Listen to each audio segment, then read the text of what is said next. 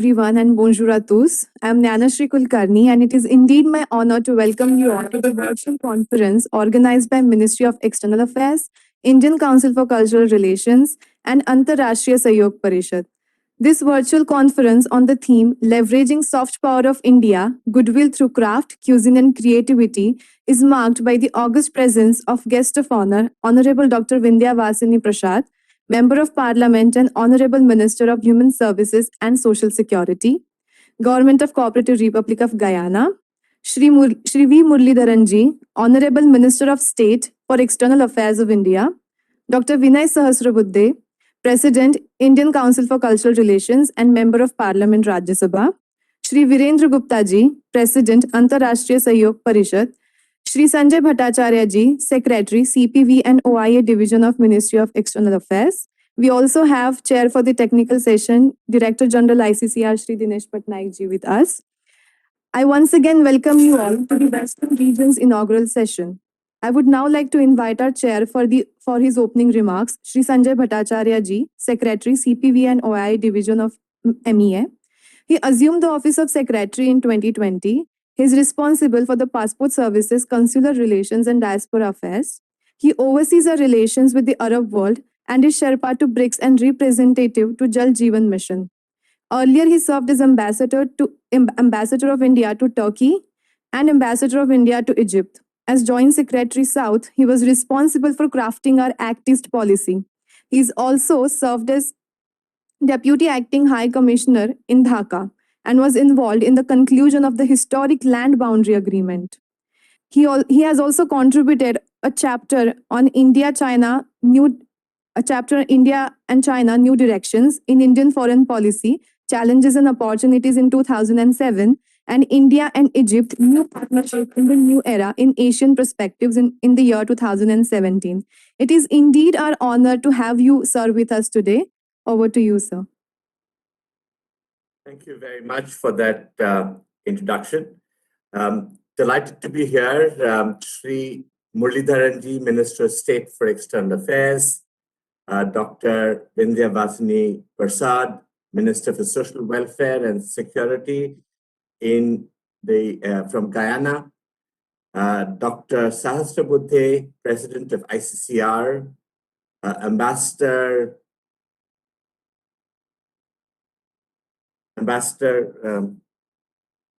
Virendra Gupta, President of ARSP. My apologies, sadly I could not read that. And a very strong panel that we have today. I wanted to start this session by putting the framework. We have been in the Ministry of External Affairs, been trying to engage with the diaspora on a continuous basis. As you know, we host the Pravasi Bharatiya Divas Convention, which is held every second year on the 9th of January. And in between the Pravasi Bharatiya Divas Convention, we try and host as many as possible of Pravasi Bharatiya Divas conferences, and this is one of those.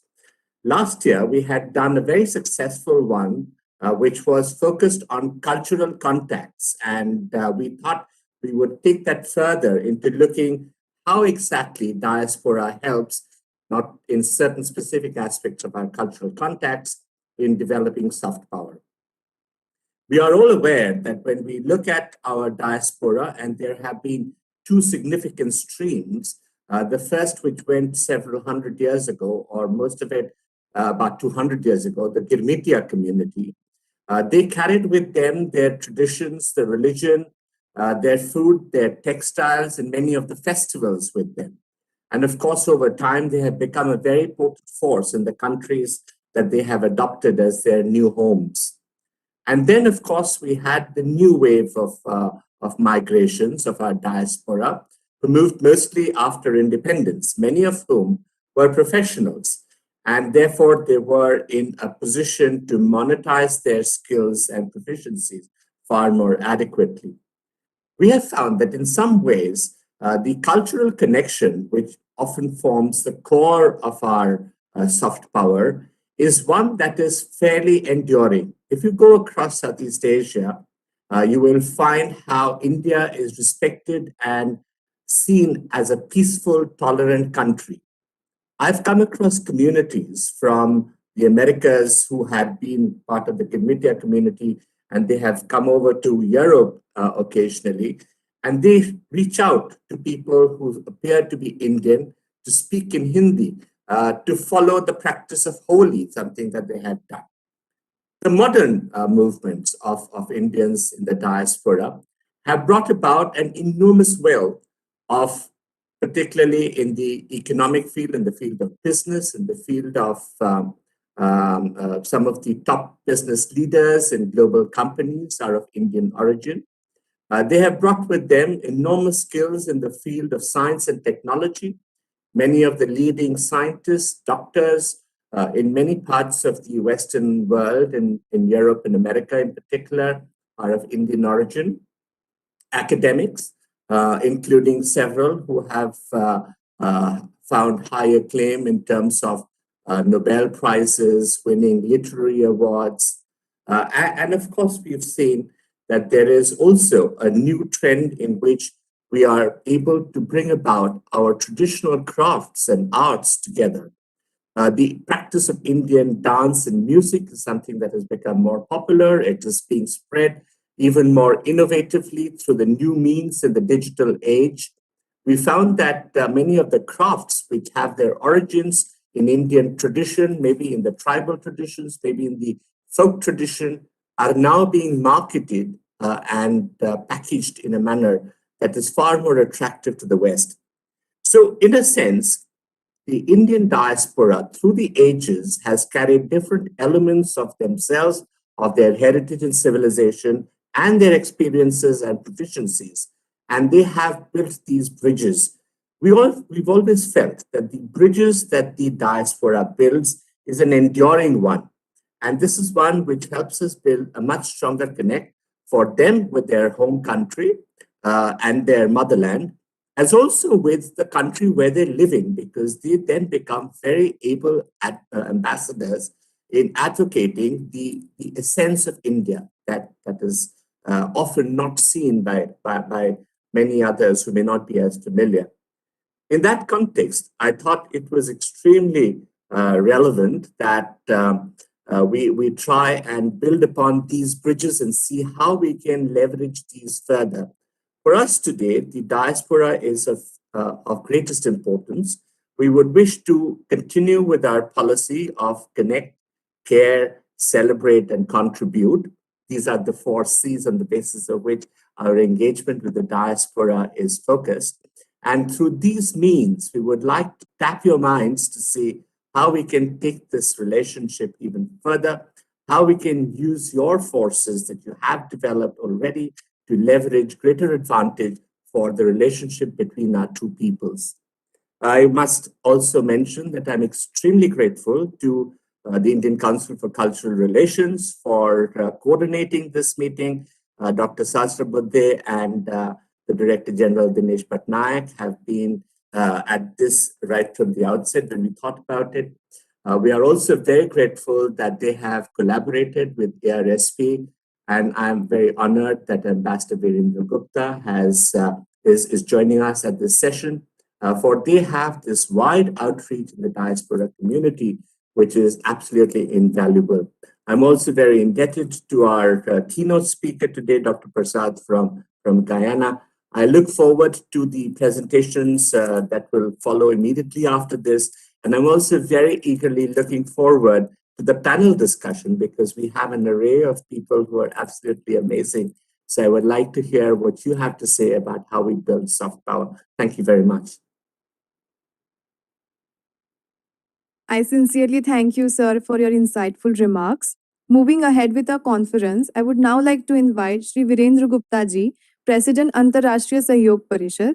He has served as an Indian diplomat for over 38 years, including a posting at Indian Mission to the United Nations in New York. He has served as Indian ambassador to Tanzania, West Indies, and South Africa. He has also worked as Director General at Indian Council for Cultural Relations and Deputy Director General at IDSA. At ARSP, he is devoted to engage with large number of overseas Indians to promote goodwill and understanding among people through nurturing people-to-people relations. So please join me in welcoming Shri Virendra Gupta ji, for his introductory remarks. Well, thank you very much.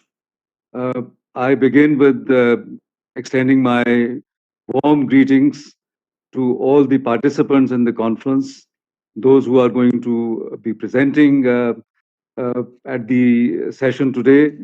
Uh, Many of them are very accomplished chefs, artists, and while we can theorize about role of PIOs in propagating and promoting Indian cultures, it is quite interesting to hear from them about what led them to their present profession, their excitement, the challenges, and their aspirations. So I think in many ways the panel that we have comprises of very many young and talented artists themselves. In that respect, it is quite unique.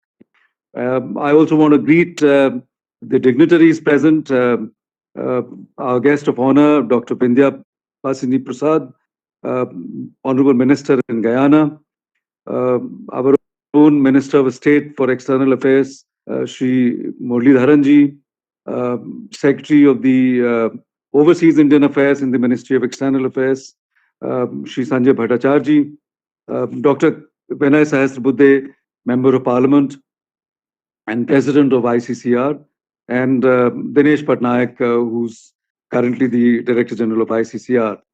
So I welcome all of you.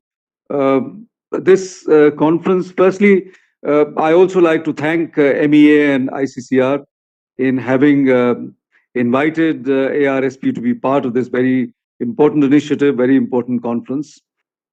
This is a follow-up of the previous large conference done on role of diaspora in promoting Indian culture abroad.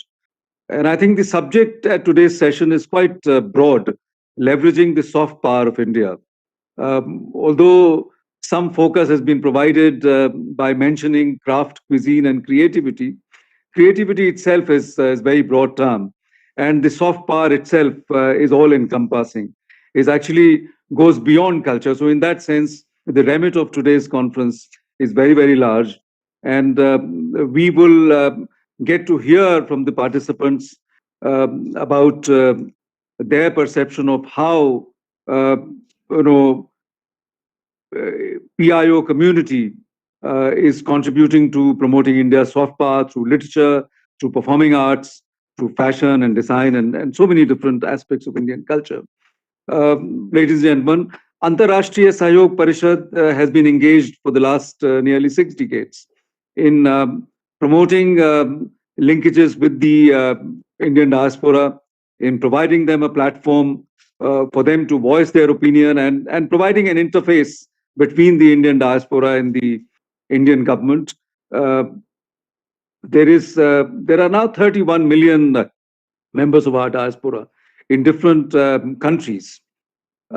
Now, for anyone in a foreign country, the first point of contact are the members of diaspora.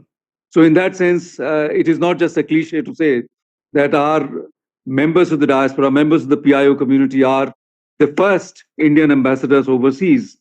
Now, anyone, and I've experienced myself, in fact, people telling me that what is their first impression about India, their first impression about Indian culture, and what kind of people are we?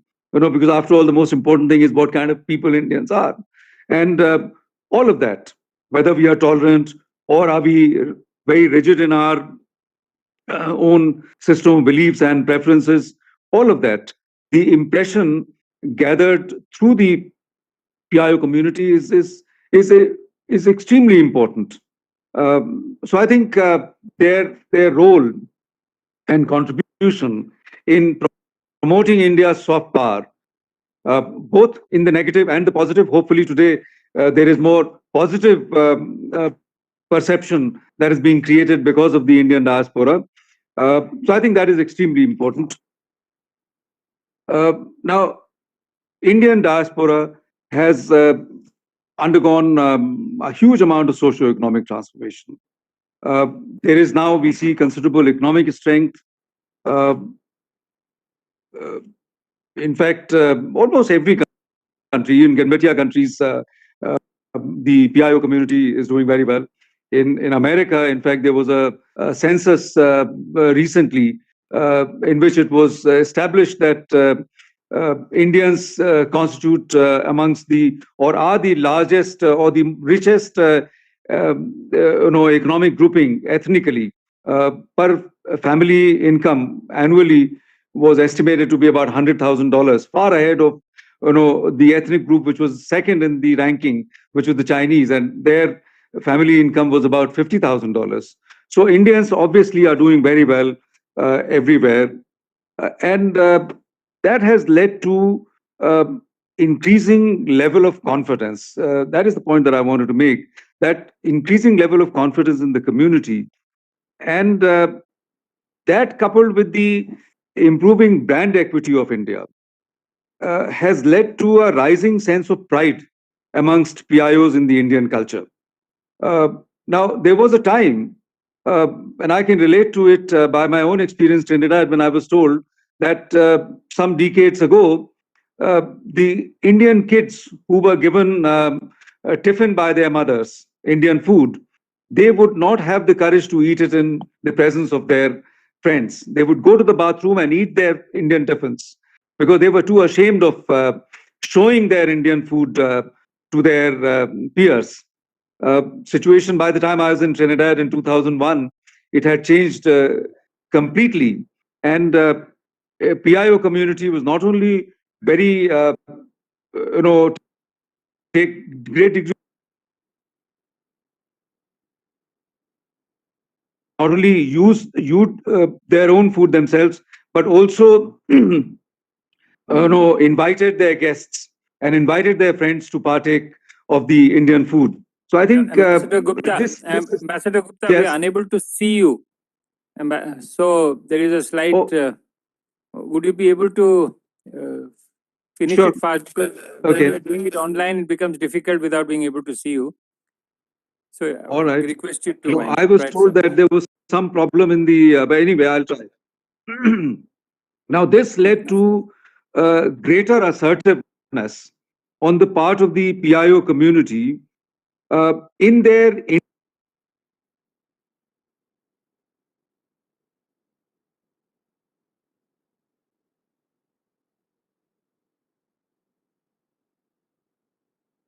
Indianness. And similarly, it saw manifestation. Ambassador Gupta, Of course, we'll have you to. also saw. Ambassador Gupta, there is a problem of communication. We'll have to terminate now, and we'll move back to you later on during the discussions. We'll just move to the next one because there is a Okay. problem of connectivity. Thank you, sir. All right. Okay. Now I would like to request our technical team to kindly play the keynote address by Shri Dr. Vinay Sahasrabudhe, President ICCR. So Dr. Vinay Sahasrabudhe is a nationally social worker at heart, a researcher cum student of political science and a trainer in democracy by profession and a parliamentarian by elevation. As a member of Parliament, Rajya Sabha, Dr. Sahasrabudhe represents the state of Maharashtra since July 2016 and currently he is also the chairman of the Parliamentary Standing Committee on Education, Women, Children, Youth and Sports. Besides, Dr. Sahasrabudhe is founding Director General and Vice President of Rambhav Malgi Prabodhini. So without taking much of your time, I will request team to please play his keynote address. Namaskar. Distinguished ladies and gentlemen gathered at this very important conference, let me at the outset begin by expressing my sincere gratitude to the Indian brothers and sisters living in countries across the world representing India and also in their own way working as ambassadors of goodwill. Connect with the Indian people living abroad has always been the priority of the government of India, and in line with this policy initiative, the Indian Council for Cultural Relations, Bharatiya Sanskritik Sambandha Parishad, takes pleasure in welcoming you all to this prestigious international conference on leveraging the soft power of India. Friends, we have this time the focus on Indian artisans and handicrafts, cuisines, and creative industry. Today's conference is a joint initiative of the ICCR, the Ministry of External Affairs, in partnership with the Diaspora Research and Resource Center of the Antarrashtriya Sahyog Parishad. I would like to highlight that the Pravasi Bharatiya Divas conference with Indian diaspora held in December 2020 on the theme Role of Indian Diaspora in the Promotion of Indian Culture attracted the attention of people across the globe. Taking further our initiative to interact with our brothers and sisters overseas to seek their valuable guidance on promoting India abroad, especially promoting the understanding about Indian culture abroad, today's conference has been planned, culminating enormous collective effort of all our partners with the aim of creating and strengthening, let me put it this way, the cultural bonds and an ecosystem for cultural propagation through the Indian diaspora. In a broader context, conferences of this kind, I'm sure you will agree, help create cultural understanding and an environment of deep appreciation for the rich heritage and cultural values that go with the idea of India. Indian diaspora and various diaspora organizations have played an important role in spreading the awareness and creating understanding about various facets of Indian culture in distant corners of the world. It gives me an immense pleasure to apprise you about the activities and initiatives of the ICCR during the COVID forced pandemic, which has halted the lives of millions of people world over. During these tough times, the ICCR organized numerous cultural and academic activities. Kala Vishwa Initiative is one such activity undertaken by the ICCR, where we created opportunities for the small artists and artisans belonging to the remote and rural areas of India. Some international academic conferences like the one on Indology, and before that, a conference on Destination India, making India the preferred hub of global education, were the major highlights of ICCR activities during the year 2020-2021. Celebrating the World Culture Day this year, we presented our yearly lecture series, which is known as the Pandit Deen Dayal Upadhyay Memorial International Oration, highlighting the outreach of culinary and cuisine vibrancy of India and how best culinary diplomacy can further our target of reaching out to the people of the world. Today, friends, when we are in the cusp of entering the 75th year of India's independence, which is Azadi Ka Amrut Mahotsav, it is time to look back into the achievements of our great nation and stand tall against the forthcoming challenges. As an Indian citizen, it is our duty to disseminate our rich cultural heritage to the people unaware of it. We at Sanatanis are the advocates of peaceful coexistence. We epitomize the tolerance of our society. In the course of time, India has evolved with the spirit of accommodation as its central pillar. The democratic approach of India negates monopolist or hegemonic tendencies and has remained a part of popular and hence also the political culture in India. Honorable Prime Minister Shri Narendra Modi, in his address to the United Nations this month, called India the mother of all democracies, which itself, I think, is self-explanatory. As the world's largest and one of the most vibrant democracies, India provides a kind of guiding light through its democratic endeavors, and democracy, again, is a significant part of India's soft power. Friends, India is known for its ancient motto of Vasudhaiva Kutumbakam, which means that world is a family. And we know how the Indian leadership rushed to the help of those who were fighting the challenge of the pandemic, just like fellow Indians in our country. I must mention over here that Prime Minister Narendra Modi provided an exceptionally remarkable leadership in helping not just the countrymen, but several others in other countries as well to face the challenge of pandemic successfully. As India is marching on the developmental path, the strong 33 million members of Indian diaspora spread in more than 100 countries, I'm sure, are also achieving landmark successes in various fields like higher education, technology, innovation. And these achievements, coupled with their intrinsic Indian values of building bridges of friendship and understanding, certain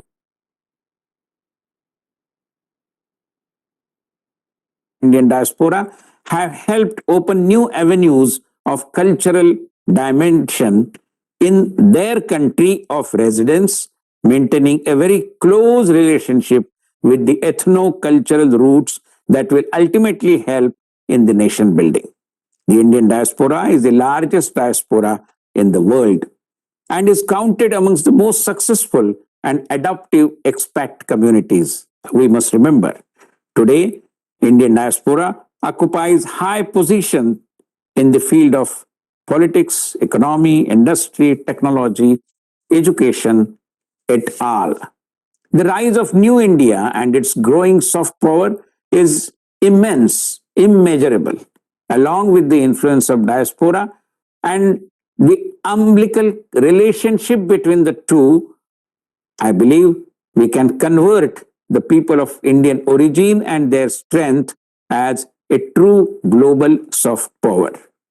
The diaspora is uniquely qualified for effectively narrating the story of New India, the new aspirational India.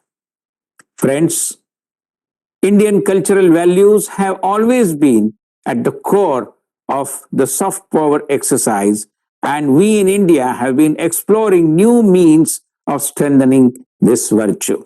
I'm sure with the collective efforts and a comprehensive approach towards the soft power projections of India abroad, we can readily promote the idea of New India as envisioned by Prime Minister Narendra Modi and its sustainability goals around the world.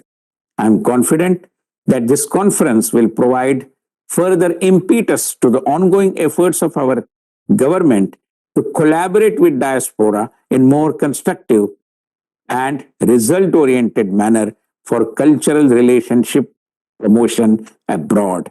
I'm extremely happy to say that the Indian Council for Cultural Relations is playing an instrumental role in exploring the new ways of enhancing the diaspora's capacities, diaspora's influences, in further deepening and expanding India's cultural relationship abroad, establishing a better connect with the millennials.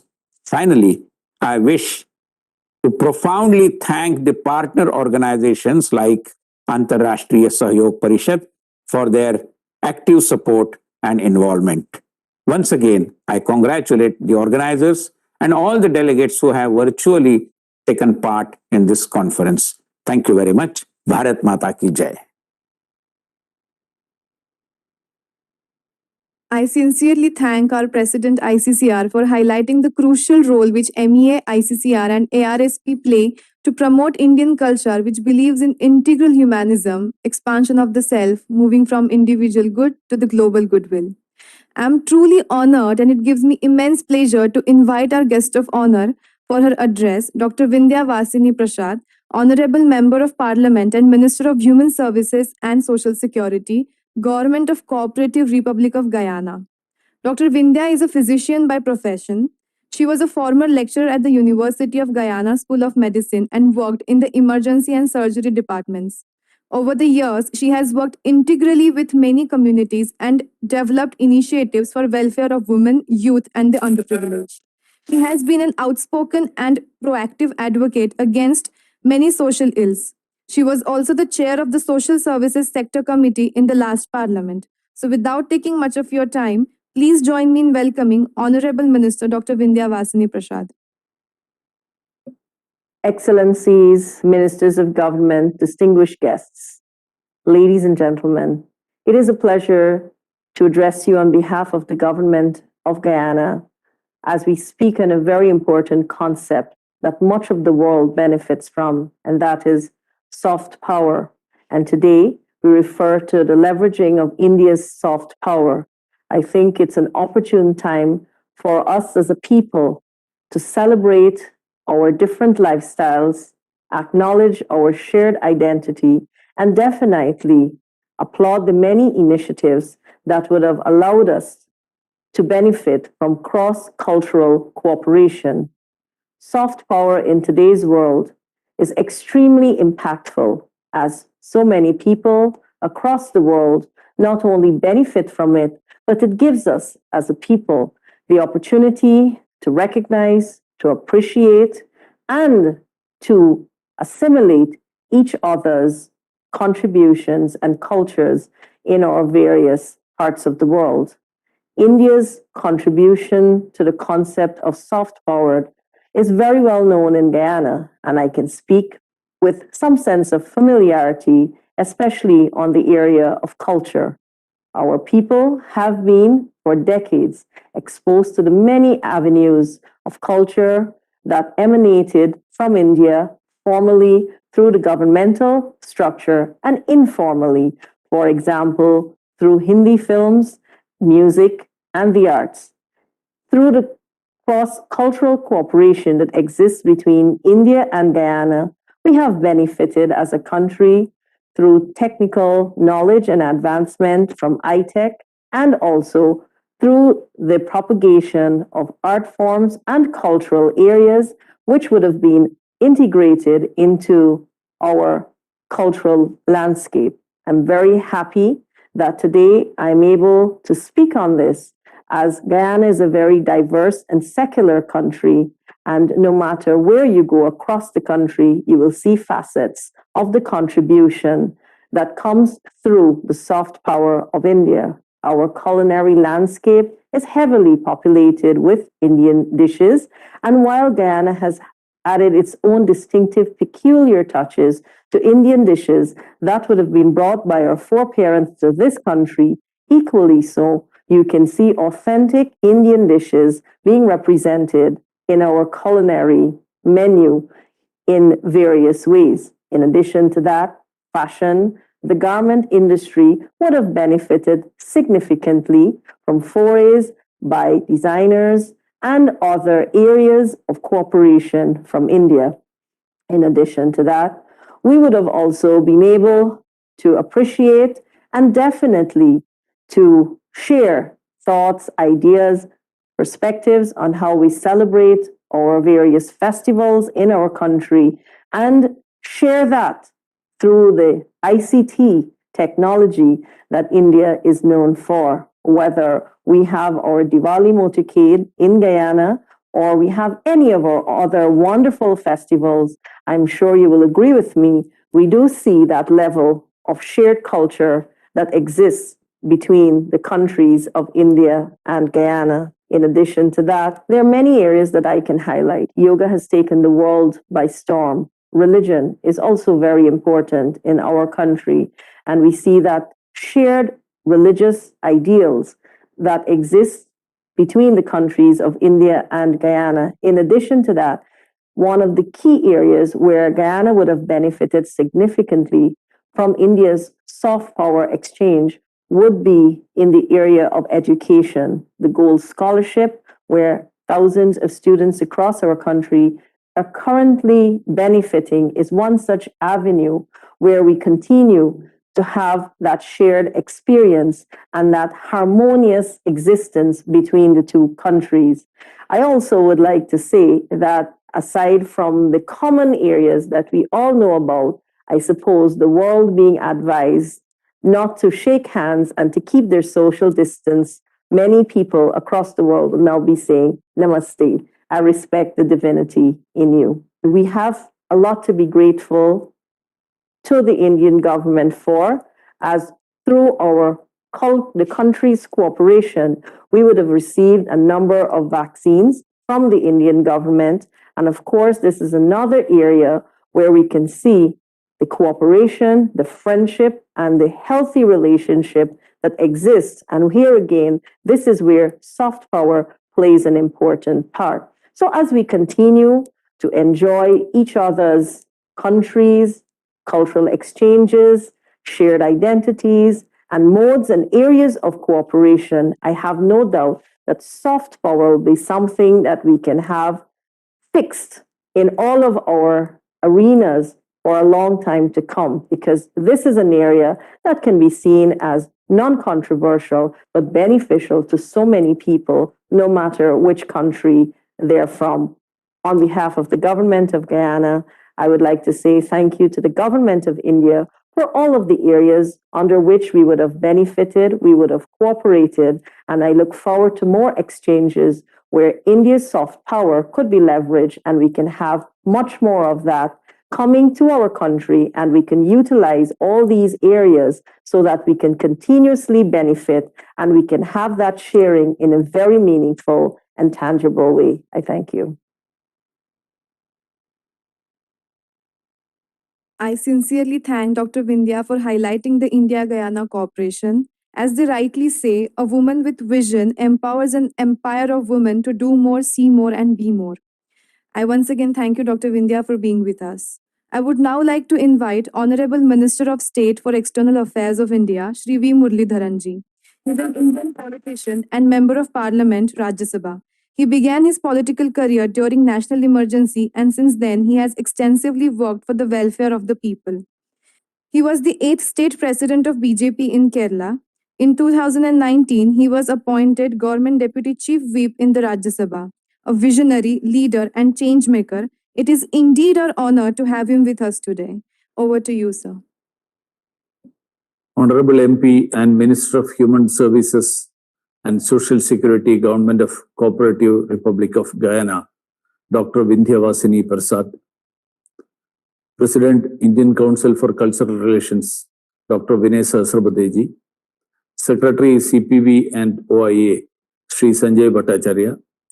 President, Antarashtriya Sahyog Parishad, Ambassador Virendra Gupta. Ladies and gentlemen, namaskaram to all of you. Let me welcome you all to this important conference on the theme, Leveraging the Soft Power of India, with a focus on Indian artisans and handicraft, cuisine and creative industry, a joint initiative of the Overseas Indian Affairs Division of the Ministry of External Affairs and the Indian Council for Cultural Relations, in partnership with the Diaspora Research and Resource Center, Antarashtriya Sahyog Parishad, New Delhi. India is so rightly referred to as the melting pot of diverse philosophies, thoughts, and ethos, creating a unique, syncretic cultural mix.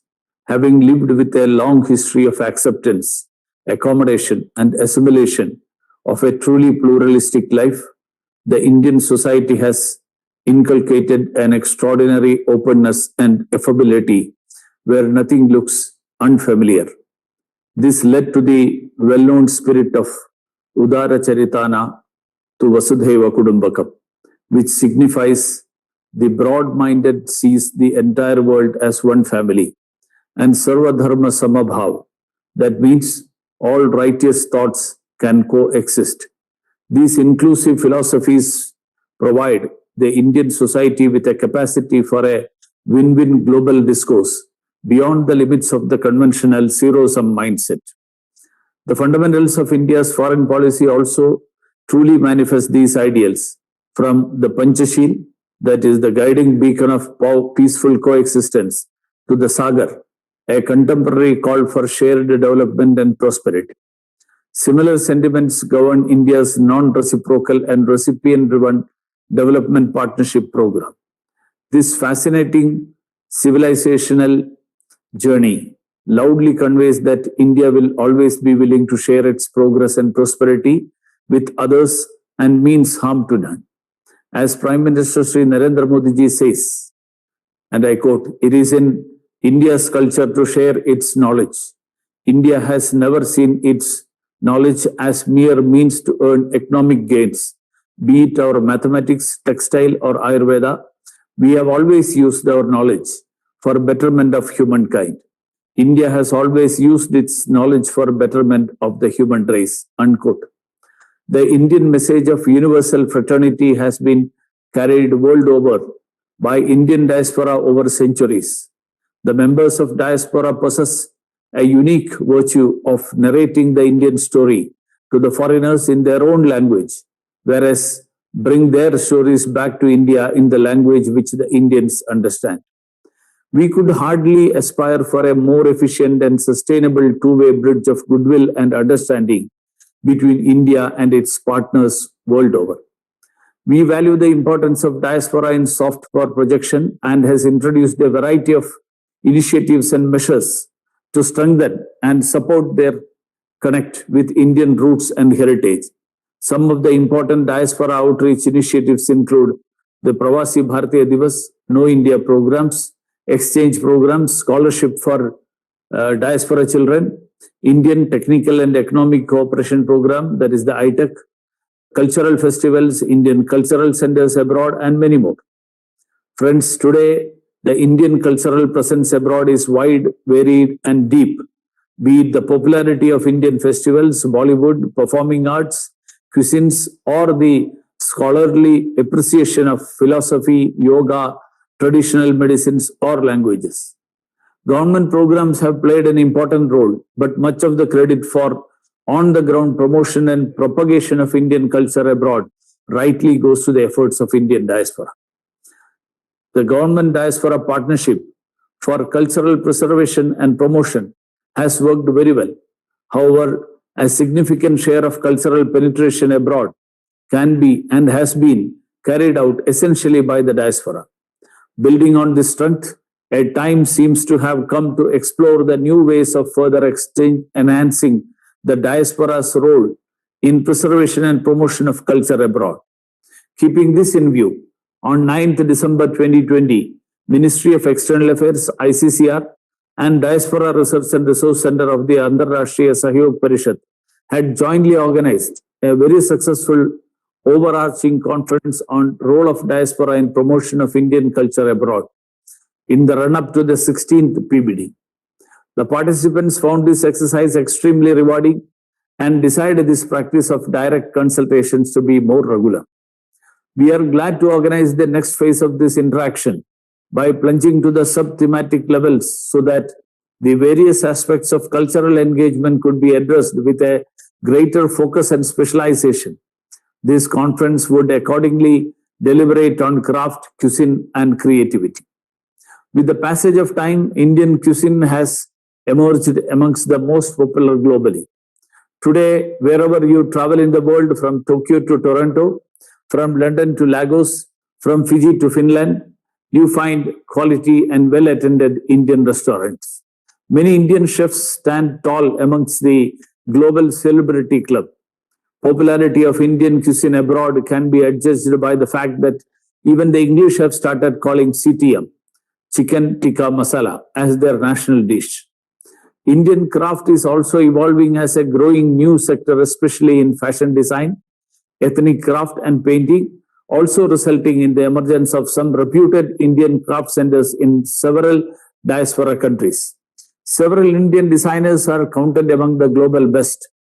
Cuisine, craft, and creativity are not only cultural success stories, but also mean good business. Ironically, these segments have suffered serious COVID-19 disruptions because of prolonged, repeated, and widespread lockdowns and other restrictions. Objective of this conference would also be to understand the magnitude and depth of these setbacks and jointly explore the mitigating measures, including appropriate policy adaptations by the government and other stakeholders. In the session, we will look forward to listening to your frank ideas and assessment for further refining the relevant policy tools for continued collaborations. It is also important to deliberate upon why Indian cuisine, handicrafts, and creativity are different from other countries what makes these particular and prominent. Friends, finally, I wish to profoundly thank the partner organizations for their support and all of you for your valuable time. Thank you. I express my heartfelt gratefulness to Sri V. Muralidharan ji for his address. Before we move to the technical session, I would like to thank all the distinguished guests and panelists who joined the East as well as the Western region session earlier this morning and now who are there with us. So for the technical session, I would like to introduce our Director General, Shri Dinesh K. Patnaik ji. Shri Dinesh K. Patnaik ji is a career diplomat of the Indian Foreign Service with experience of over 25 years in a variety of interesting and challenging assignments. He has served in Indian missions in Geneva, Dhaka, Beijing, and Vienna. At headquarters, he has served in the Europe-based External Publicity, Africa, and the UN Division. Shri Patnaik ji has also served as the Deputy Chief of Mission at the Indian Embassy in Vienna from 2009 to 2012. I can go on and on, but due to short of time, I would like to hand over to Shri Dinesh K. Patnaik ji for the technical session. Thank you very much. That was necessary. We need to shorten it because we need to listen to our panelists more than listening to other people. So we will start off. Good evening and good morning or good afternoon across the world. What we are going to do today is we're going to discuss how do we leverage soft power in particularly the fields of craft, cuisine, and creativity. Now, creativity is a all-encompassing word. We are looking at everything from dance to music to fine arts to sculpture. So essentially, the field is wide open. We have a very panel of experts. I will keep on introducing them as we go along. And these are people who have made a mark for themselves globally. And like the minister said before, these are our true cultural ambassadors, people who are taking Indian culture across the world, making not only a name for themselves, but also for the country.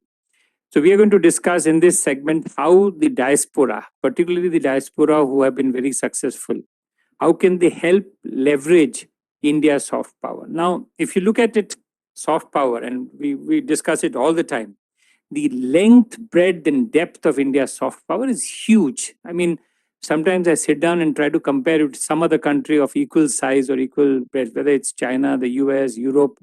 And there is the length and breadth of our culture thing still astounds me. I mean, I still don't know where to finish.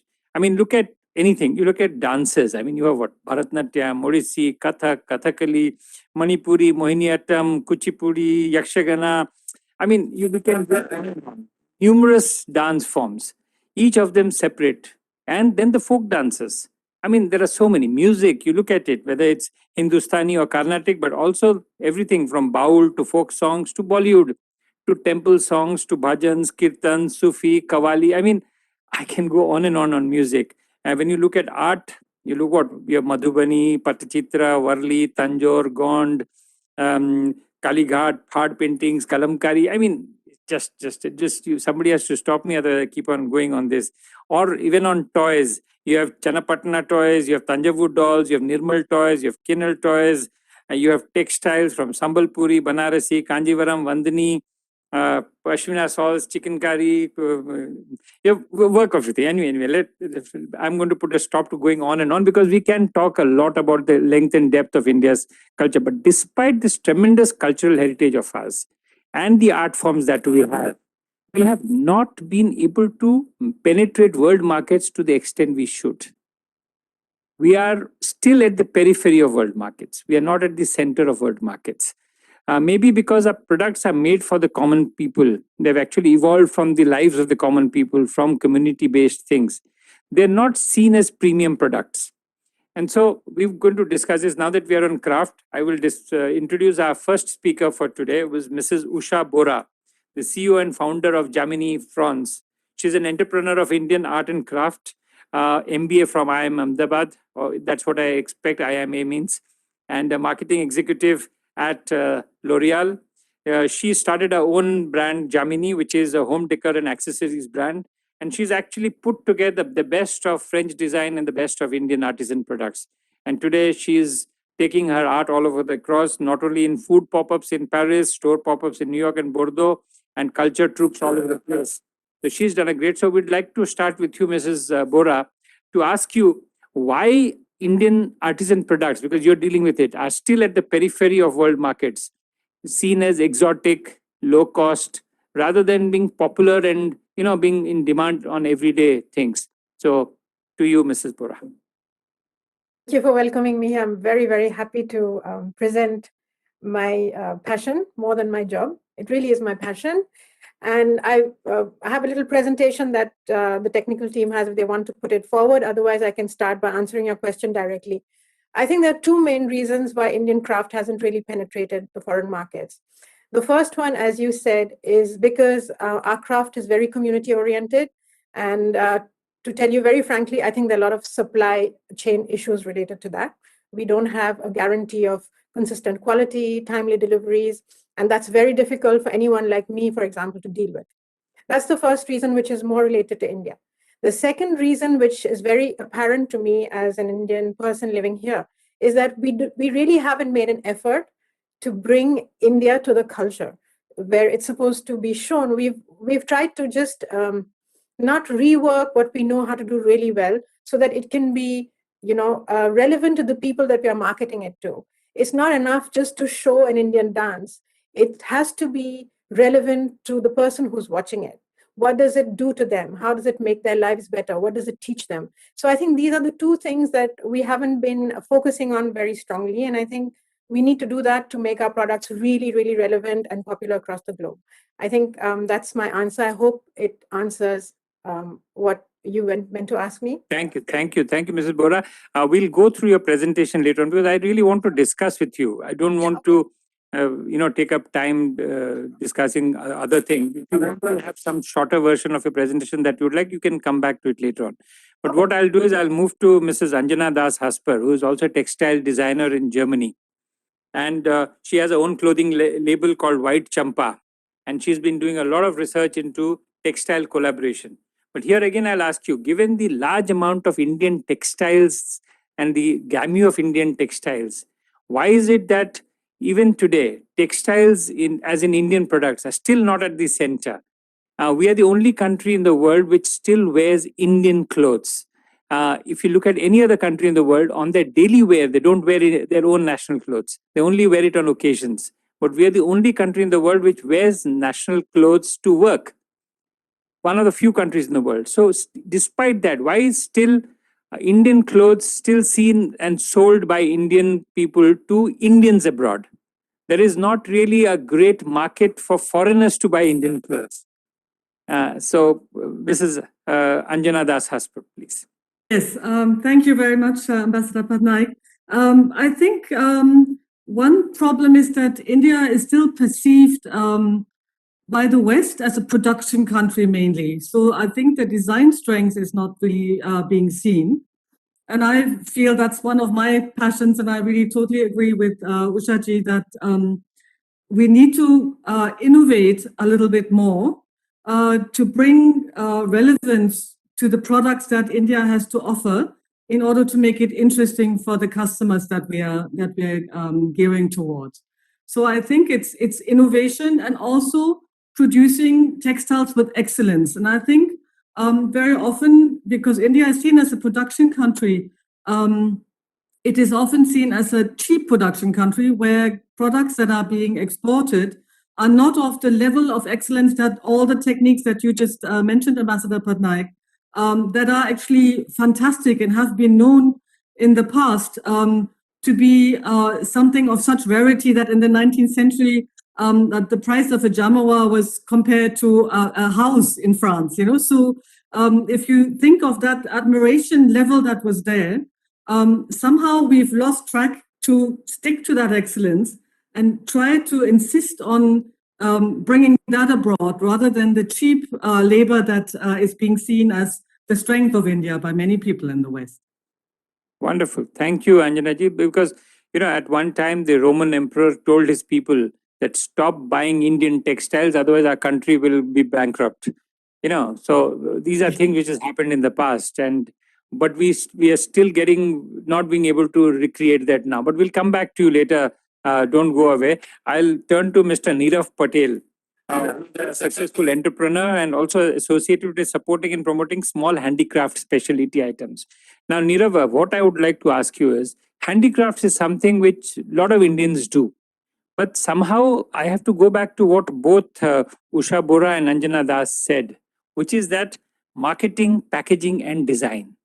These are the three things we lack. Marketing, we can still do it, but design and packaging. We have wonderful products packed in very shoddy way.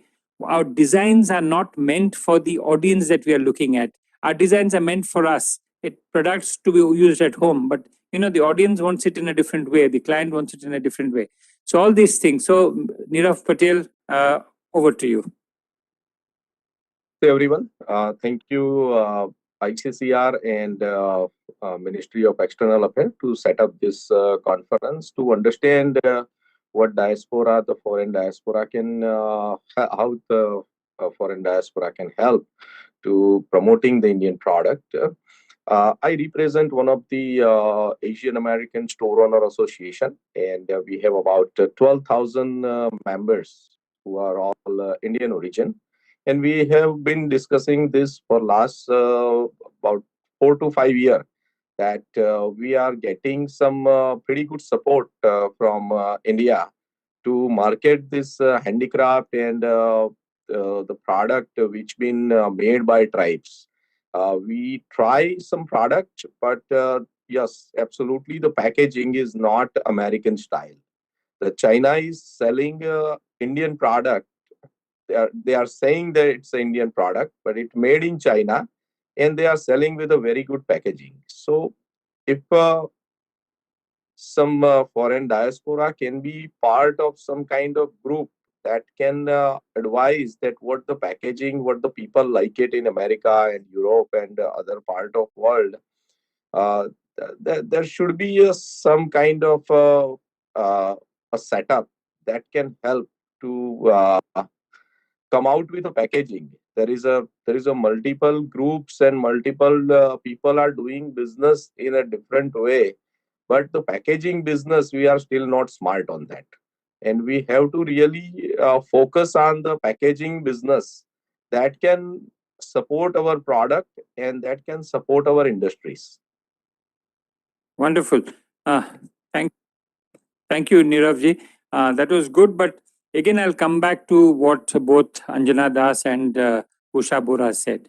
If we wait for somebody to come and do the packaging or the designing for us, it will not happen. We have to do it ourselves. And the whole idea is the diaspora is sitting out there. They understand both. They understand what is there in India. They understand what the client needs in the country. So you are the people who have to design it. Let me be very frank with you. I work for a government organization, but if you're going to depend on a government organization to do it for you, we're not going to go anywhere. Okay, so might as well start doing it yourselves. This is an advice I'm going to give you. We will come back to all three of you later. Don't go away, because this is something which we will discuss. This is something which is right up the alley that I want to go to. But before you do that, I want to go into cuisine a bit, because all these are interlinked. We'll go back to cuisine, we'll go to the arts, but all these are interlinked. And like I was giving you a whole list of Indian arts and dance and music forms, cuisine also is huge. I mean, from the Awadhi kitchens to the Andhra kitchen to Gujarati, Bengali, Northeastern, Rajasthani, Kerala, Tamil, and of course, what we see all over the Punjabi and North Indian cuisine, Kashmiri cuisine, all this is such a wide variety. And I mean, literally, I think there are as many Indian cuisine as there are Indian people. I think even two Tamilians don't eat the same kind of food. They eat different. Madurai is different from what you eat in north of Tamil Nadu or south of Tamil Nadu. But the whole point is, despite this huge variety, we still sell what is Punjabi and North Indian cuisine. When you look at most restaurants across the world, of course, we are breaking barriers now. There are Michelin star restaurants which have come up. There are chefs which have done very well. There are chefs which are going out and popularizing Indian food. But still, the mainstream food that we sell abroad is North Indian and Punjabi cuisine. The tandoori chickens and the kebabs and the naan and the roti. We need to diversify, we need to package it different, and still also even today, takeaway food, we are only as good as the Chinese. But in the high scale, top of the market, good enterprises, good restaurants, we still do not count among some of them. Of course, it's not that we don't count. There are, like I told you, it's a lot of Michelin star restaurants which have come out. So at the top of this, we have Vikas Khanna. I mean, most of us know Vikas Khanna is a great international chef. He's a James Beard nominee, one of the first Michelin star chefs in the US. He was seen as the 10 most influential chefs by Deutsche Welle and the National Gadget. So he's done a lot. He's also an author. He's done a lot of books. He's also taken out this book called Utsav, which is probably the costliest cookbook in the world. I mean, I would have wanted to buy it, but no way I can afford it. But he also makes documentary series. He makes films, but he's a great guy. Unfortunately, he's not able to talk to us directly. He's doing a recording. We'll listen to his recording, and but we won't listen too much. We'll just listen to a little in the beginning because I don't want to waste your time listening to people who are going to. After that, we'll move to Mr. Ashok Kalra, but let's hear the recording of Mr. Vikas Khanna. Hi everyone, this is Chef Vikas Khanna. I'm super proud to be part of Indian American community living in New York. I've been here for more than 21 years and I've seen the transition, the entire transition of being a part of this culture. India is one of the most ancient civilizations in the world, and America is one of the newest countries. The combination between these two cultures is just amazing. I have seen the change towards Indian cuisine, Indian arts, Indian literature in the last 2 decades. And I'm very proud to see the rise of this new Indian American culture. It could be through the genius of our leadership in companies, in high positions, in internet, creativity, arts, films, music, cuisine, everything. And it is amazing to celebrate the small step victories every single day. Indian cuisine has come a long way. A long way. There was a time when I came to New York, it was very hard for us to get the highest quality Indian produce. Today, everything is available to us in America. I would say it's still work in progress, but we've done pretty well. From being obscure, where no Indian chef had ever won a Michelin star, to have this kind of platform and stage. No, that was Vikas Khanna. Thank you. And Vikas has actually put again that same thing, that availability of Indian products and the fact that Indian cuisine has moved from obscure to being somewhat center stage, because there's only few people like Vikas who have done it. Still, the large variety is still not Vikas Khanna quality, but hopefully we'll get there. But more than that, given the fact, what did he say? He said there are a large number of Indian who are at the top level in many companies. But yet, I don't find large scale catering being done of Indian food. Indian catering is done for Indians. I don't see weddings of foreigners having Indian catering food. They will cater their own food. I don't see Indian catering reaching the stage. Indians can get Chinese food, Thai food, everything, but I don't see Chinese or Thai or Europeans or Americans doing catering of the big events from Indian food. We will come to Mr. Ashok Kalra, who's a hotelier, and he passed out from Pusa Institute. He did his hotel management here. But more than that, he's opened the first Mughal Mahal restaurant in Kuwait in 1987, and now he has 11 branches with 450 people. But more than that, he does banquet catering to monarchs, presidents, and heads of state from 44 nations. So the point is, we have to get into catering. Indian food has to become something which is for the palate of everybody. It's still unique to people who either Indians or people who want to have it as a side thing, not to go into flying places or to go into tops restaurants to eat Indian food. So, Mr. Ashok Kalra, over to you. What is your opinion? Yeah, good evening, Your Excellency. Well, nice to be a part of this very important virtual conference. And I will just start, give you answers in between. You just mentioned that we should enter into the catering business. Yes, you are absolutely correct. When I started my business in 1985, this was the good Indian food and catering was lacking in Kuwait. And that time I used to work for Hilton as executive assistant manager.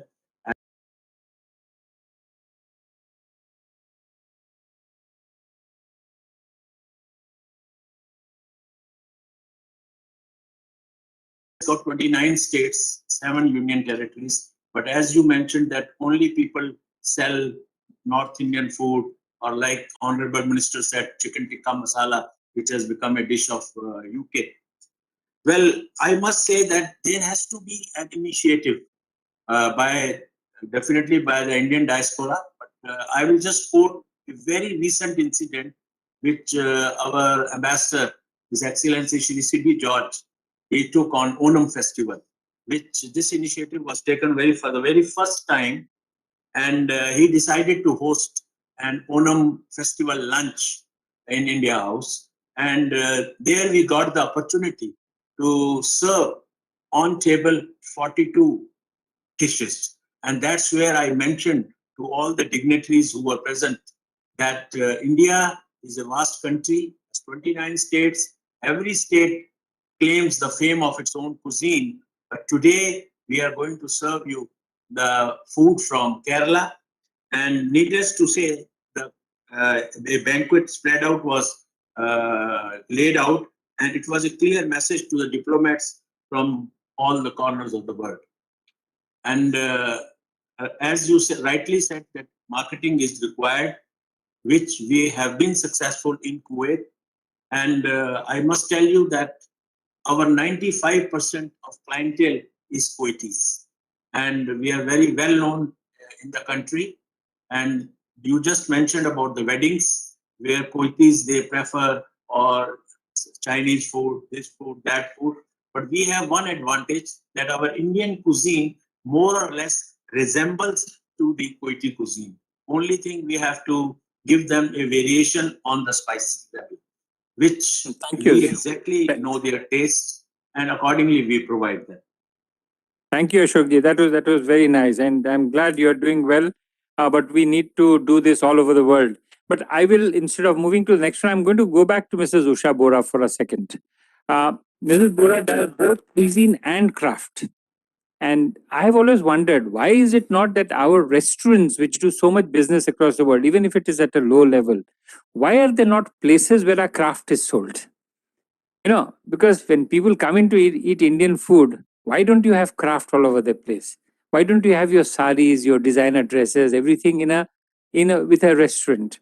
I mean, this is something which I thought was natural, and a lot of people do it. If you look at it across the world, bookshops, craft, cuisine, dresses, artifacts, handicrafts, all these should be part of a setup where people come in. So, Mrs. Bora, just for 2 minutes, your ideas on this. Yeah, so a very good point. It is happening. It's a slow movement. It's not very common. It is happening in France. I don't know about the other countries. Again, there are two reasons. I think the supply chain is completely different. Somebody who specializes in cuisine cannot be a specialist in craft. So one has to choose their priorities. And if I were to do cuisine full time, I would not be able to do it. So for me, I use it as a lever to talk, to educate people, to bring more excitement into the whole process, and to get them into a really immersive experience. But one has to figure out which one are our priorities. That's the basic business rule.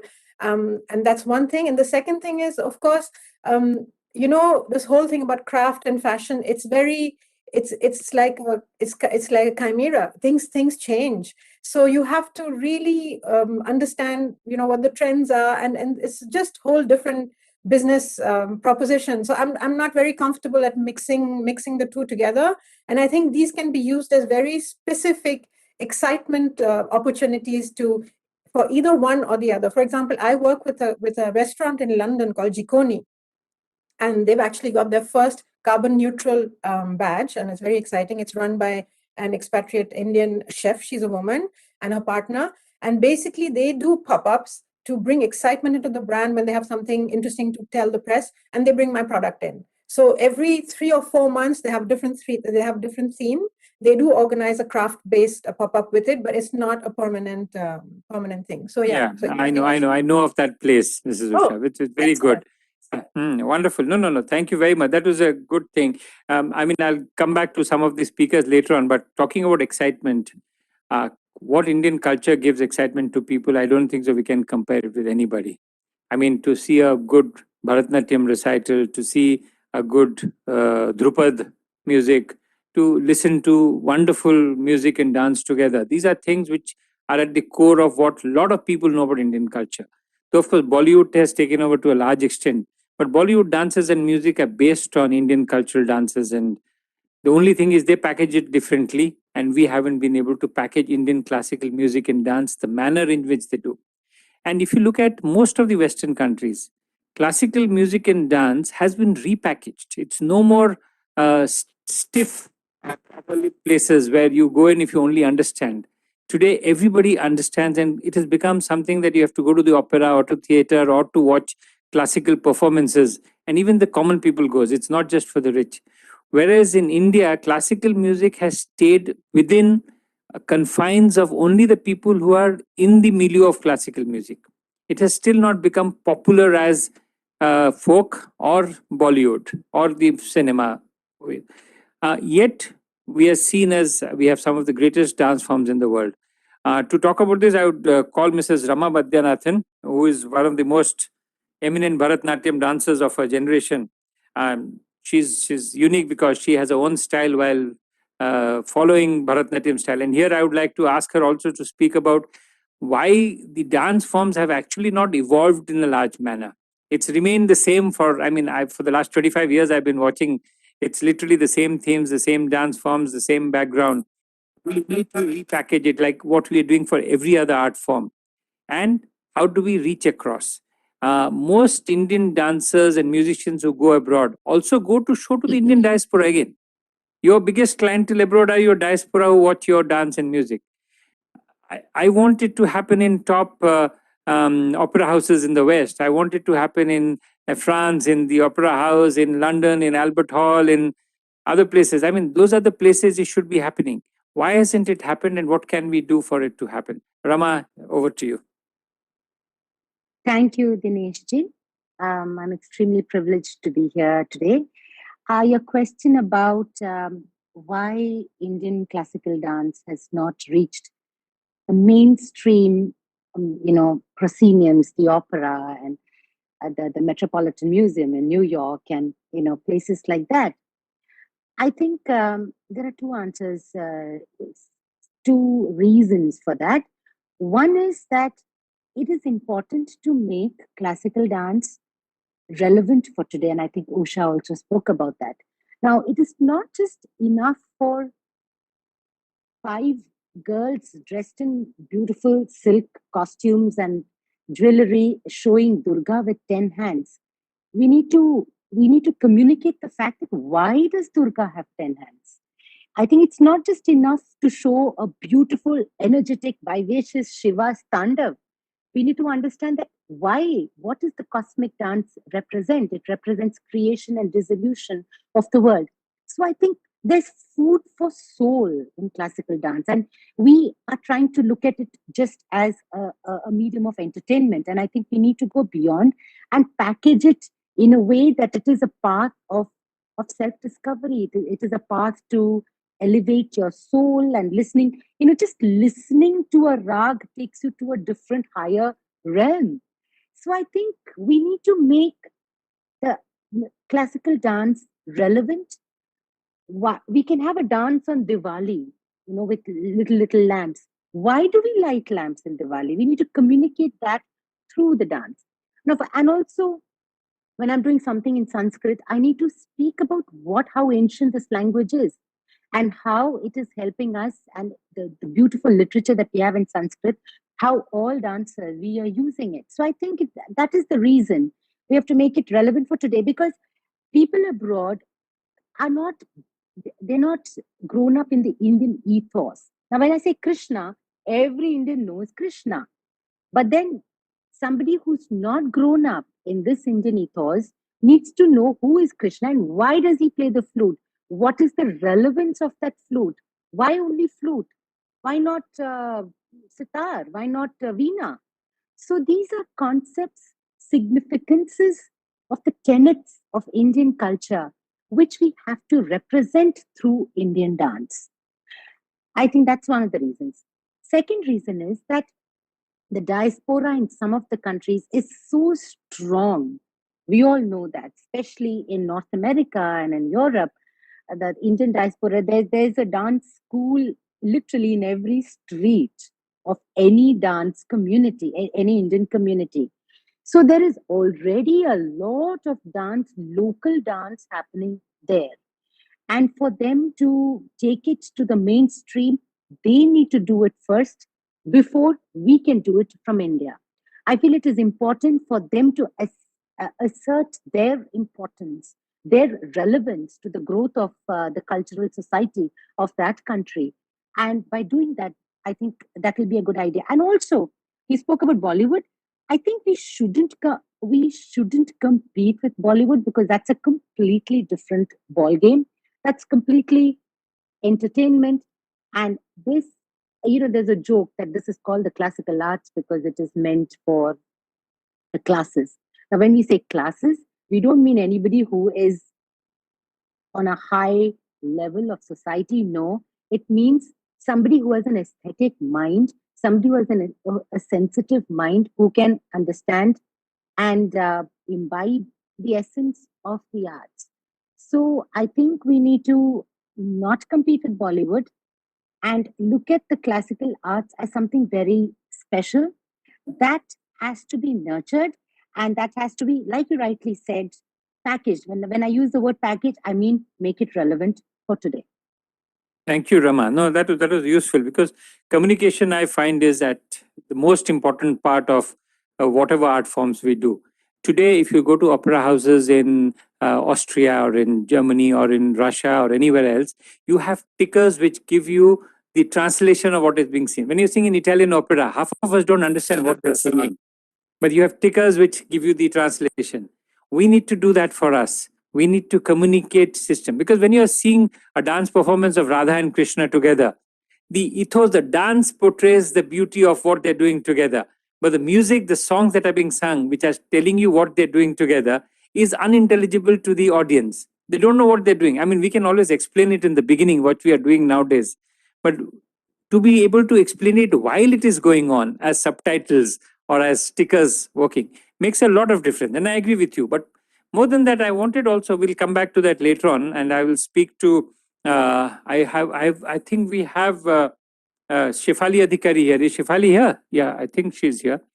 Unless she's gone. Shefali is here. Shefali, I'll come to you. But before that, I wanted to tell you, one of the few things that makes Indian dance important, or music, or any other art form, is collaborative efforts. Why I wanted to talk about that is the diaspora, which has so many dance schools in those countries, need to collaborate with local culture to produce something which is both an Indian dance and a local culture. Either, in Guyana, I have seen people dancing to reggae beat with on Bharatanatyam. I mean, you can do all that because our dance forms are so versatile. You can dance to any beat, any music, or you can put two together, like what we did with Kathak and flamenco, or what we have done with many other forms. The point is, the diaspora has to be at the lead to do these things together with the local population. Because once you produce, we can do it from here.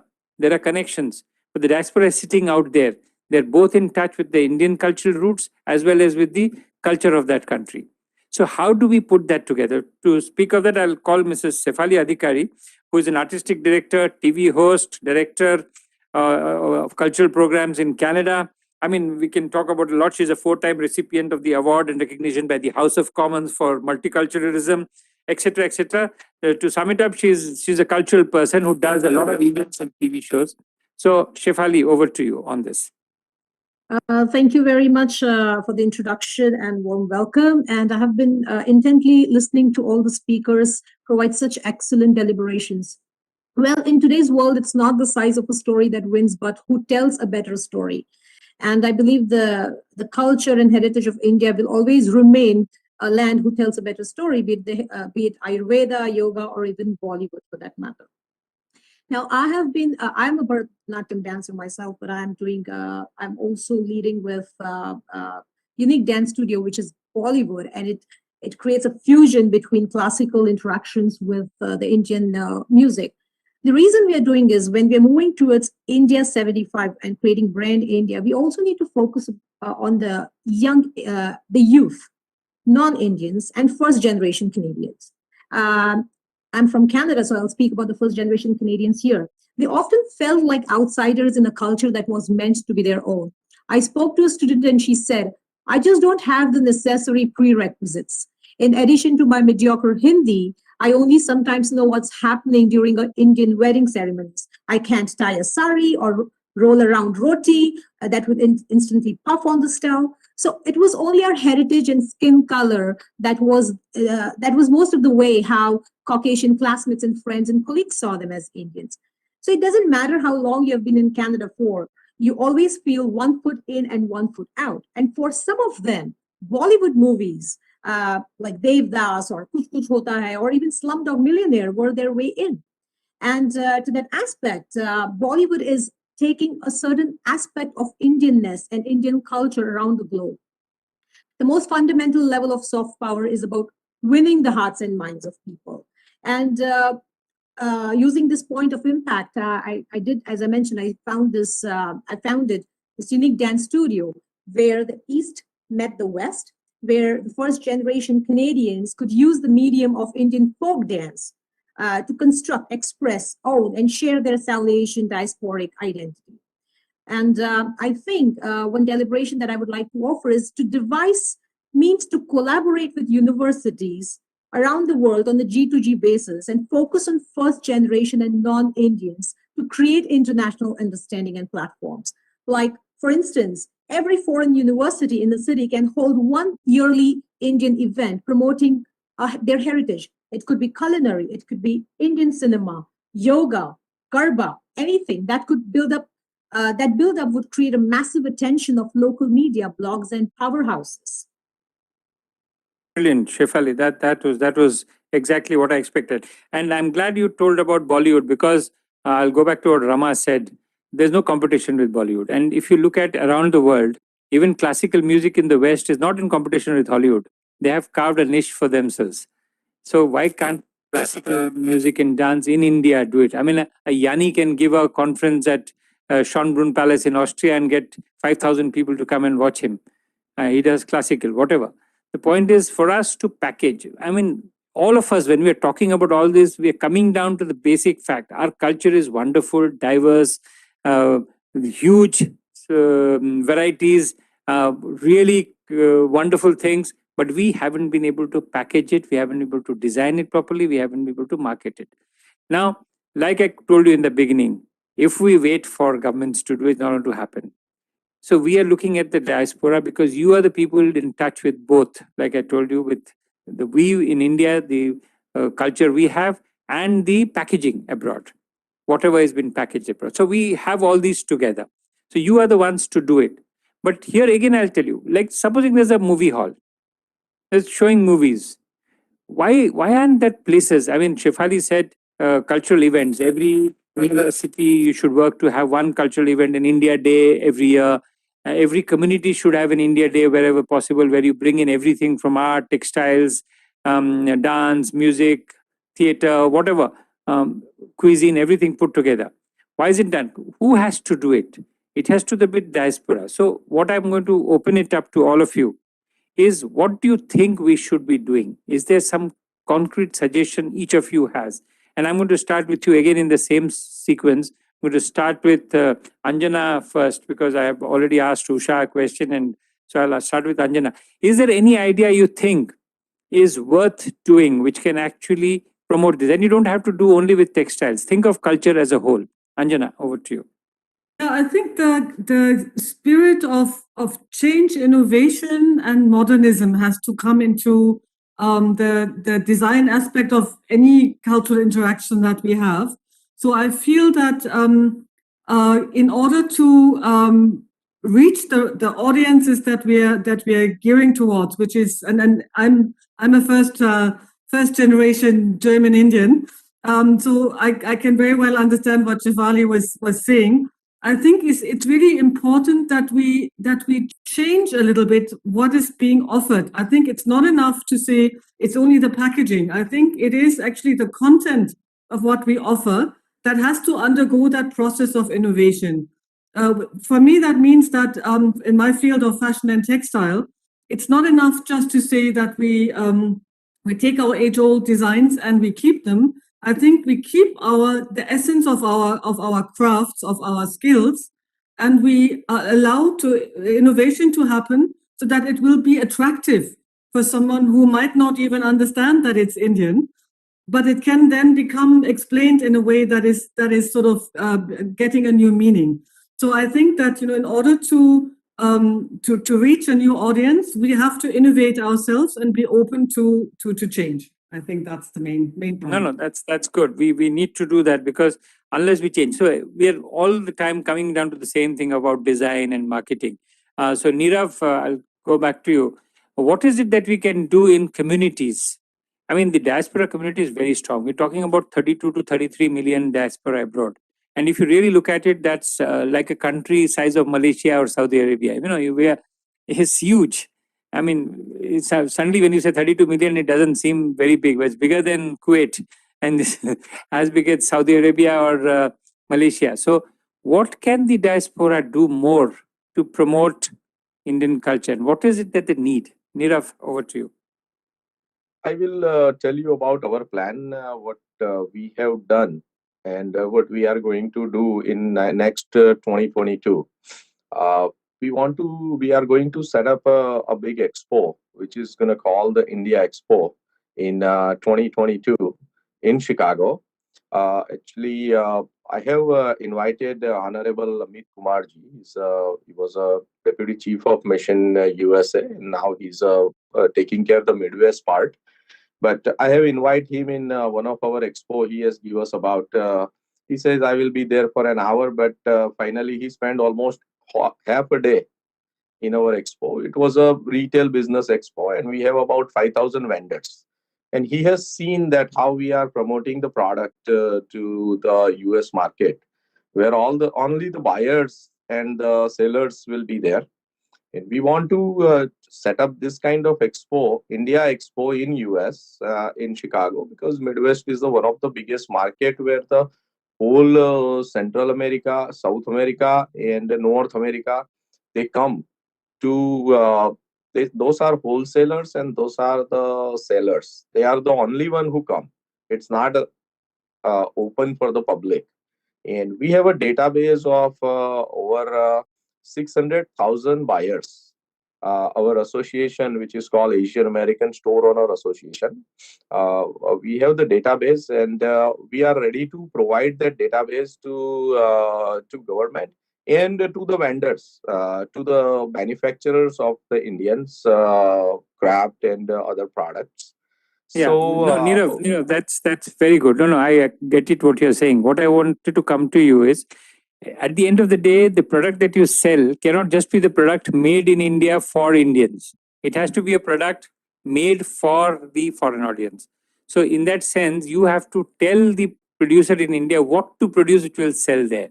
And I get what you're saying, because we're again coming back to the same thing, but because we don't have much time, I'm going to hurry it up a little bit. What I wanted to say is, what is the future for Indian cuisine in the sense that I have Mr. Ashok Kalra, because even though you're in Kuwait, I just want you to give me an idea of how is it across the world that Indian cuisine can, because you see, Bollywood movies, we may say whatever it's not, it has spread Indian culture to some extent. Maybe not the kind of culture we wanted to spread, but it has spread Indian culture. But it has not created a wave in changing people's habits. No, but Excellency, so Ashokji, can you tell me if in food, has it changed people's habits? Has culture overall changed people's habits? Ashokji. To some extent, I have a different opinion than yours. I think people have accepted Indian cuisine, and it is an exquisite amalgam of both craftsmanship and creativity. So, as far as our Indian cuisine in this part of the world is concerned, Middle East is very well accepted and very well appreciated. And whenever we get a chance, the preference is for the Indian cuisine. And as you said, overall, throughout the world, look, I have a hotel in US. Now I have a request, a Ramada hotel. I have a request from the local Americans in Cedar Rapids to open up an Indian restaurant over there. But as you know, with limited immigration, these problems, I'm still not been able to do that.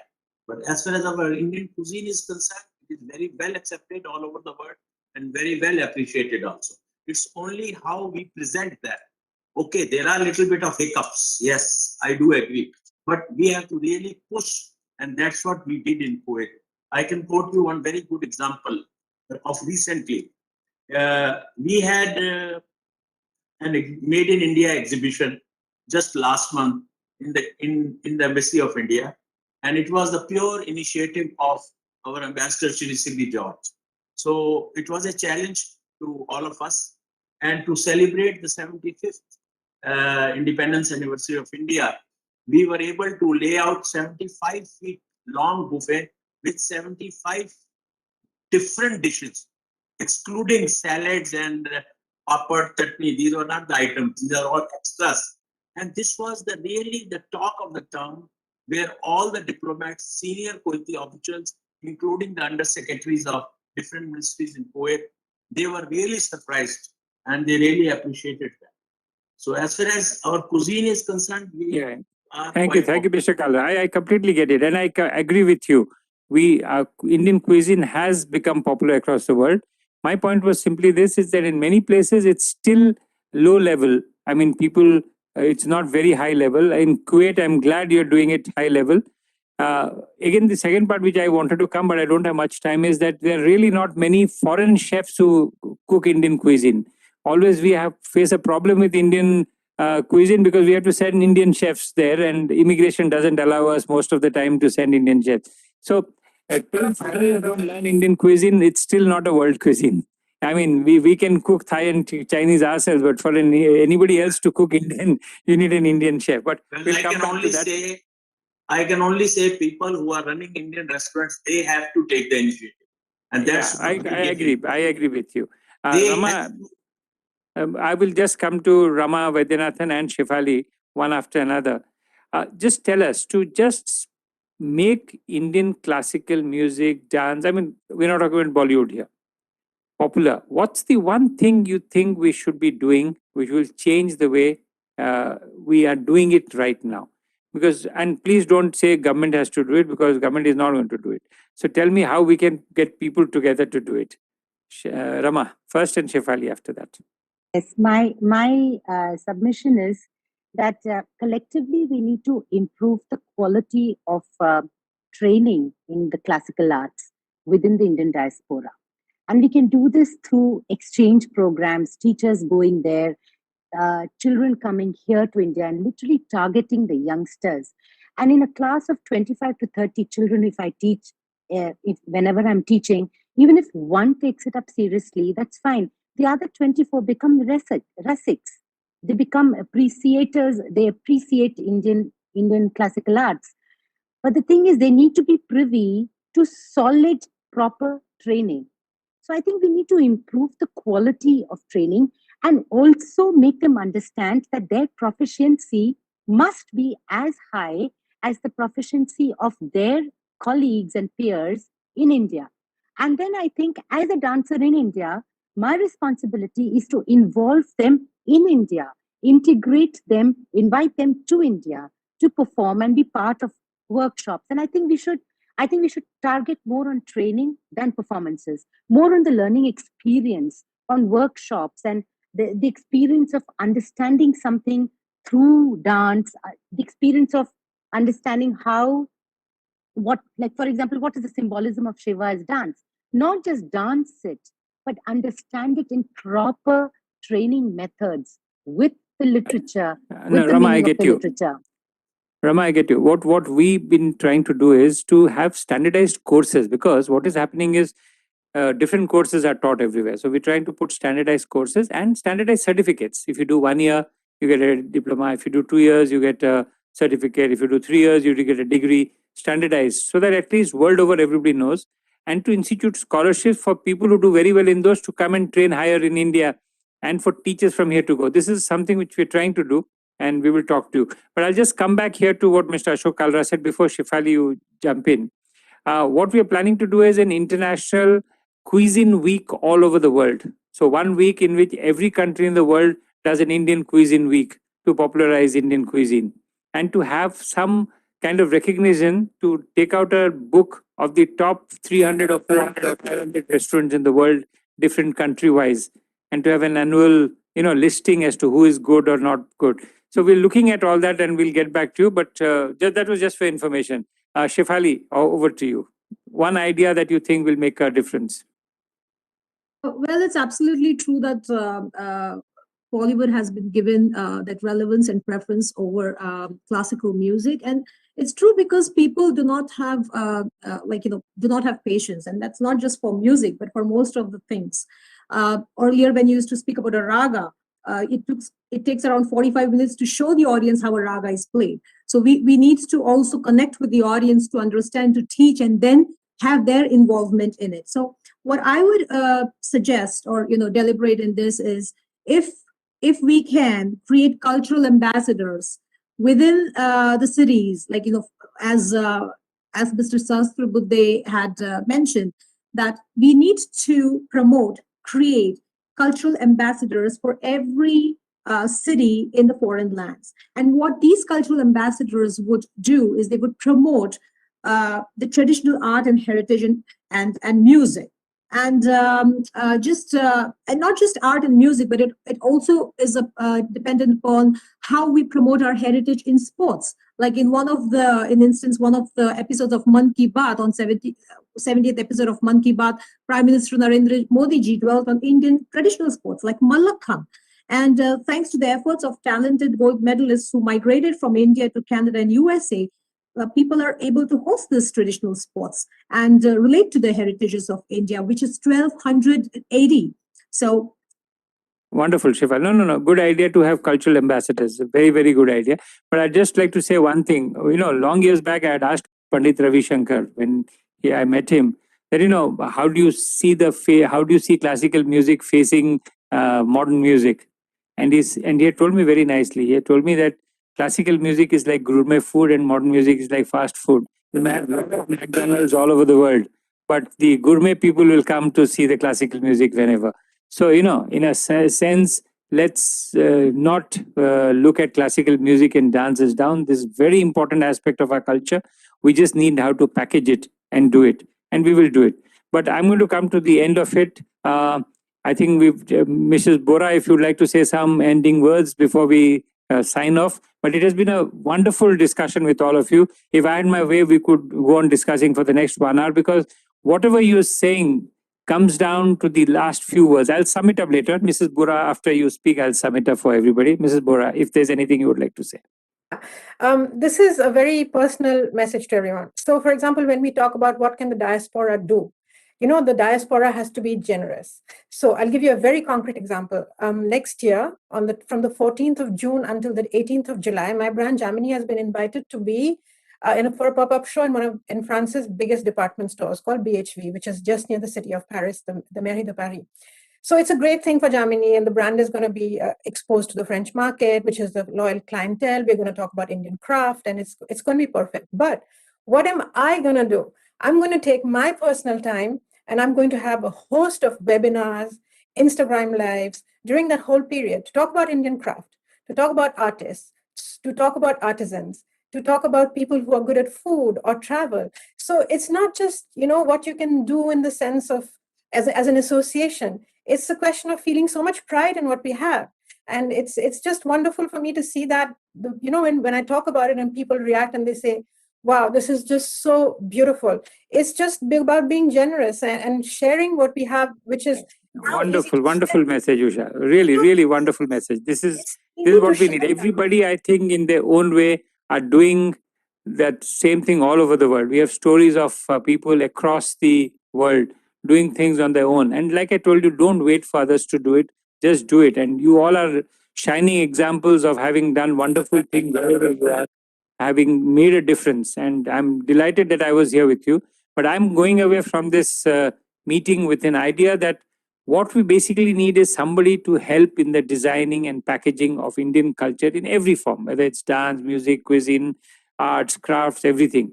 I mean, we have to stop thinking that whatever we produce, the other person will buy. It's like what we think of our culture. Half the time we think people just need to know about our culture and they'll come and grab it. It doesn't work like that. Our culture may be great, but unless you can sell it to other people, and selling is important aspect. And we have a Patel here who's excellent at selling, and we have Mr. Kalra who's another expert at selling. All of you are wonderful. But I'm delighted and I loved it, and we'll work on some of it. We have a lot of ideas and hopefully we will be able to work on them. But it was a wonderful session. Thank you very much, all of you. And you've all contributed. We look forward to meeting you separately, individually. And if there's anything we can do together, please tell us and we will work on this. Thank you very much and have a great evening. We'll just have a final roundup. We have a vote of thanks by our guest, Mr. Narayan Kumar from ARSP. It's going to be a short vote of thanks. I've told him to make it short. So all the best, Mr. Narayan. Thank you, Ambassador Patnaik. Actually, this was the soft power webinar because you have turned this webinar into such a lively session and the question answer session, and the response by our panelists were excellent, because we think that we are Vishwaguru, but the emphasis of Mr. Patnaik was others should also recognize that we are Vishwaguru, or for that we will have to do packaging and we will have to present our products in a better way. But I just wanted to add that this cuisine has political connotation also, because you see, during the election of American president, we have the Samosa Club, and Samosa Club identifies Indian voter.